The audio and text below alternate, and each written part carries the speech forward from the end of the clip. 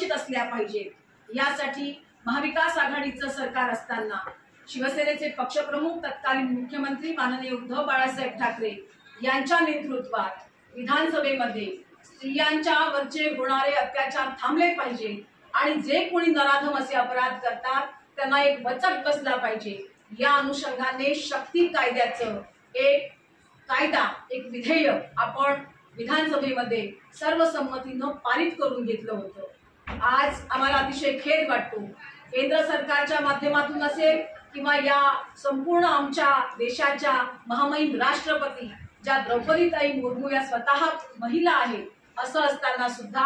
महाराष्ट्र सरकारने त्यावेळेस पाठवलेला शक्ती विधेयक ज्याचं कायद्यामध्ये रूपांतर होणं गरजेचं आहे, त्या बाबतीमध्ये द्रौपदीताई मुर्मू या महामहिम राष्ट्रपती आजही गप्प आहेत। त्याबद्दल कोणत्याही प्रकारचा विचार हा या संपूर्ण घटनाक्रमात कुठेही होताना दिसत नाही आणि त्यामुळे सगळ्या जागोजागी जाऊन या प्रकारची परिस्थितीचं अवलोकन करणं, कारण जसं आम्ही आता मुंबईतून आलो तर बदलापूरमध्ये झालेल्या घटनेनं संपूर्ण महाराष्ट्र हादरला, तसंच आपल्याला माहिती आहे की आपल्या जिल्ह्यामध्ये तुळजापूरचं प्रकरण असेल, आपल्या जिल्ह्यामध्ये झालेलं भूमचं प्रकरण असेल, या खेडे गावामध्ये सुद्धा अशा प्रकारची दुष्प्रवृत्ती बळावताना दिसते आणि याचं कारण एकच आहे की अशा प्रकारचे अपराध करणाऱ्यांना शासनाच्या तर्फे कोणताही वचक बसला जात नाहीये। शासनाकडून ज्या पद्धतीनं पावलं कठोर आणि वेगाने उचलायला हवी त्या पद्धतीमध्ये कुठेतरी दिरंगाई होताना दिसते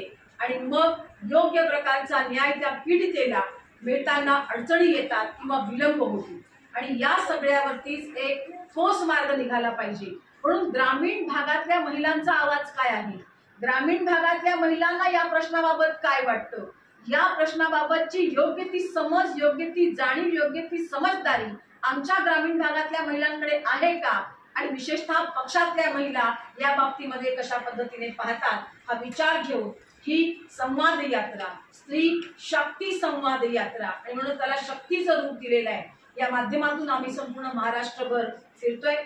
खरं तर येणाऱ्या पुढच्या आठवड्यामध्ये नवरात्र सुरू होते। नवरात्रीमध्ये आदिमाया आदिशक्तीचं ऊर्जा स्वरूप, आदिमाया आदिशक्तीचं आपल्या सर्वांवरती, चराचरावरती, सृष्टीवरती असलेलं जे काही नवचैतन्याचं रूप आहे,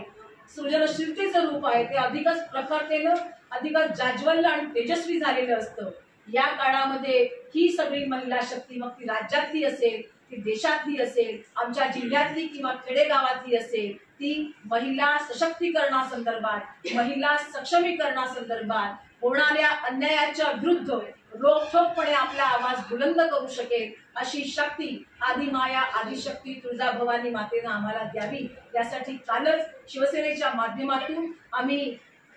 छत्रपती शिवाजी महाराज चौक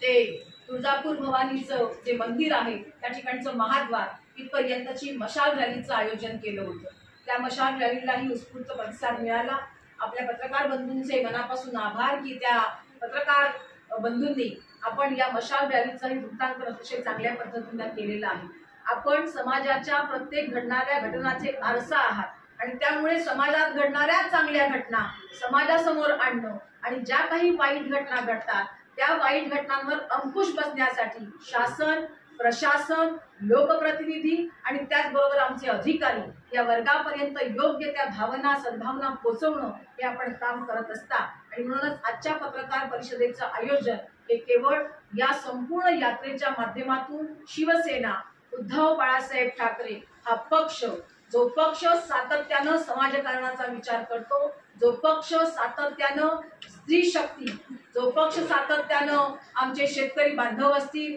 कष्टकरी बांधव असतील, भूमिपुत्र असतील, या सगळ्यांच्या संदर्भात साकल्यानं विचार करतो, या माध्यमातून महिलांच्या या स्त्री शक्तीच्या विषयीचा जागर हा करण्याचा विचार या माध्यमातून होता आणि त्या माध्यमातून आम्ही ही यात्रा संपूर्ण राज्यभर करतोय।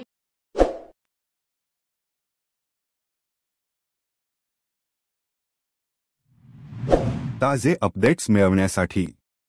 सिटी न्यूजला सबस्क्राइब करा आणि बेल आयकॉनला क्लिक करा।